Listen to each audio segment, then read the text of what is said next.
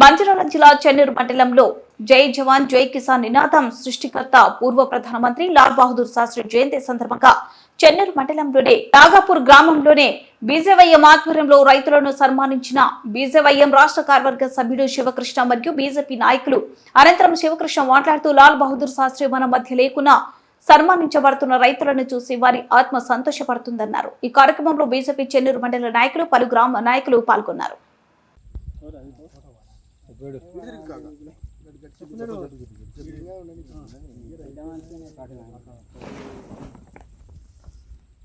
భారత్ మాతా key జై. Bharat. October 2 అంటే మాకు గుర్తుకొచ్చేది ఫస్ట్ జయంతి లాల్ బహదూర్ శాస్త్రి గారిది. వారి జయంతి అలా కాబట్టి వారు రైతుల కోసం ఎన్నో నిర్ణయాలు తీసుకున్నారు, ఎన్నో చర్యలు కూడా, సంస్కరణలు కూడా తీసుకొని వచ్చిండ్రు, విప్లవాత్మకమైనటువంటివి.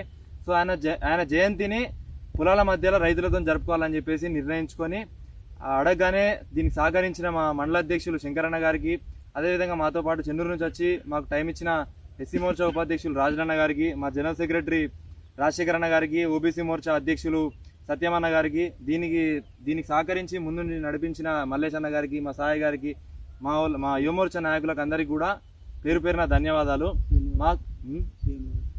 అందరికీ ధన్యవాదాలు.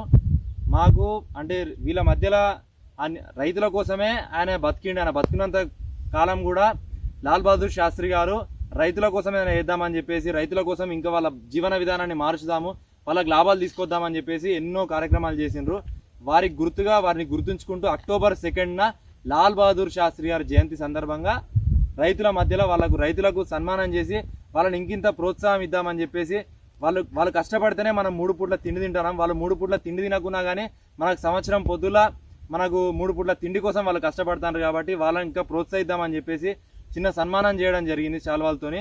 దీనికి సహకరించిన ప్రతి ఒక్కరికి పేరు పేరున ధన్యవాదాలు.